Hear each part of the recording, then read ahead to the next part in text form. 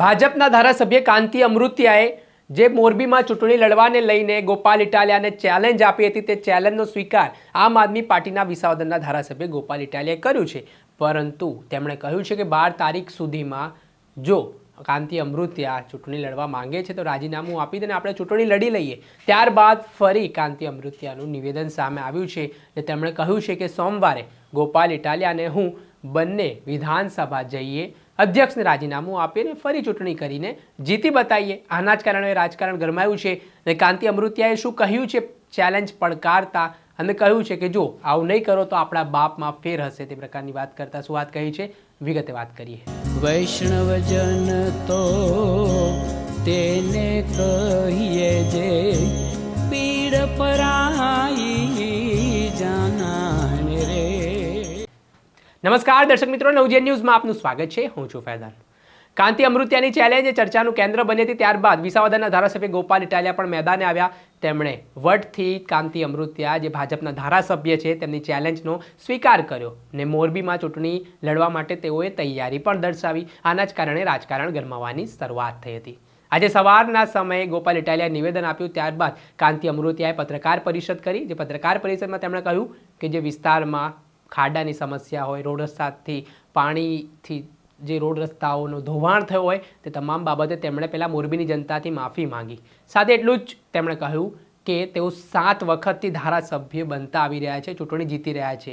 વિસાવદર એક સીટ જીતી ગયા આમ આદમી પાર્ટીવાળા તો આપો મચાવી રહ્યા છે, જાણે કે ગુજરાત જીતી લીધું હોય તે પ્રકારના શબ્દો કાંતિ અમૃતિયા પોતાના નિવેદનમાં કરી રહ્યા છે। ને જે વાત રહી મોરબીથી ચૂંટણી લડવાની, તો હવે કાંતિ અમૃતિયાએ ચેલેન્જ સ્વીકાર કરી છે અને સોમવારે કહ્યું છે કે ગોપાલ ઇટાલિયા અને હું પોતે વિધાનસભાના અધ્યક્ષ શંકર ચૌધરીને બંને બેઠકો પરથી રાજીનામું આપી દે અને ફરી ચૂંટણી લડી બતાવે। તેના જ કારણે રાજકારણ ગરમાયું છે। પહેલાં તો શું કહી રહ્યા છે ધારાસભ્ય કાંતિ અમૃતિયા તે સાંભળે। રાજકારણમાં લગભગ 1982માં આવ્યો અને મારો સ્વભાવ છે સેવાકીય પ્રવૃત્તિમાં ચેલેન્જ ઝીલવાનો, કામ કરવાનો, અમુક વ્યક્તિ સામે ચેલેન્જ ઝીલવાનો। છેલ્લા 3-4 દિવસ જે મોરબીની પોઝિશન છે એમાં વરસાદને નુકસાની હતી, એમાં હું સોમનગર ગાંધીનગર હતો, ત્યારે અહીંયા જે જરૂરી હતી મોરબીની પ્રજા પાસે હું પહેલાં ક્ષમા માગું છું કે જે ખાડા છે, પાણી છે, ગટર ઉભરાય એના કામ તાત્કાલિક ચાલુ કરી દીધું। પણ અહીંયા જોતો હતો હું ગાંધીનગરમાં અહીંયા વિડીયોમાં કે જે આમ આદમી પાર્ટીના કાર્યકર્તા ગમે અહીંયા મોરબીની પ્રજાને ઉશ્કેરવાનો, અહીંયાની ગુજરાતમાં ઉશ્કેરવાનો ધંધો કરે।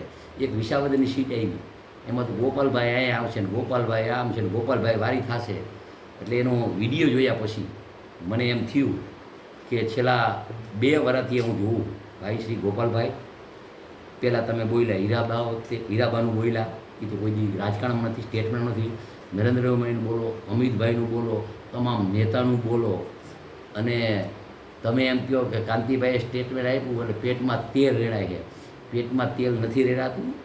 મેં સાચી વાત કરી છે, તમે આવો, આમાં પ્રોસિજર હોય, તમે એકવાર ચૂંટાણા, હું 7 વાર લઈ રહ્યો છું, આપણે બંને આવતા સોમવારે માનનીય અધ્યક્ષશ્રીની જીવ બે આપણે રાજીનામું દીધી। રાજીનામું દીધા પછી ચૂંટણી આવશે, અહીંયા વિસાવદરની ચૂંટણીમાં અમારા કાર્યકર્તા લડશે ને તમારા કાર્યકર્તા લડશે, અહીંયા આપણે બેને લડવાનું। એટલે તમને ખબર પડી જાય ક્યાંય ગોપાલભાઈના નામે ધમકી ન દે ને ઉશ્કેરવાના ધંધા બંધ કરે।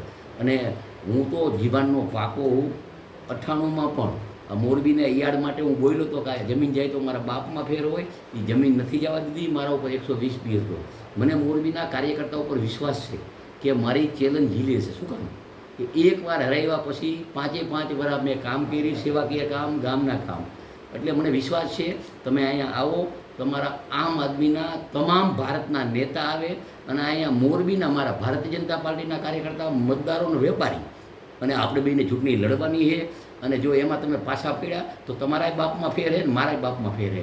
આવતા સોમવારે તમે આવો શંકરભાઈની આપણે બંને રાજીનામું દઈ અને રાજીનામા દઈએ પછી ચૂંટણી આવે એટલે આપણે બેને લડવાનું, અને હું હારું તો તમને 2 કરોડ દેવાના, એમાં કંઈ ખોટી વાત નથી, મારી પેટમાં ગયા। પણ આ બધું બંધ કરો તમે। એક સીટ આવી વિસાવદરની, એમાં તો આખા ગુજરાતના કાર્યકર્તા ઉપાડો લીધો, ઉછાળવાના ધંધા, ઉશ્કેરવાના ધંધા, જેમ તેમ બોલવાના ધંધા। ગોપાલભાઈ આવે છે તો આમ કંઈ ગોપાલભાઈ કંઈ એવું કંઈ આવે છે આવી જાય અહીંયા, ક્યાં હું ના પાડું, અને આવી ગયો સોમવાર રાજીનામું દેવો, અને મારી તૈયારી છે। આપણે સાંભળ્યા હતા ભારતીય જનતા પાર્ટીના દિગ્ગજ ધારાસભ્ય કાંતિ અમૃતિયા. હાલ તેમનું જે નિવેદન સામે આવ્યું છે, તેમણે ગોપાલ ઇટાલિયાએ ભૂતકાળમાં જે નિવેદનો નરેન્દ્ર મોદી હોય, તેમના માતા હોય કે પછી કેન્દ્રીય ગૃહમંત્રી અમિત શાહ હોય કે જે નિવેદનો અત્યાર સુધી આપ્યા છે તે બાબતને લઈને પણ કાંતિ અમૃતિયાએ પોતાની નારાજગી દર્શાવી છે અને હવે આ વખતે મોરબી લડવા માટે પડકાર ફેંક્યો છે. તેના જ કારણે જોવાનું રહ્યું કે આગામી સોમવારે શું નવા જૂની વિધાનસભામાં થાય છે. દર્શક મિત્રો, આવા જ નવા વિડીયો સાથે આપણે માહિતગાર કરતા રહીશું એટલે નવજીવન ન્યૂઝ જોતા રહો.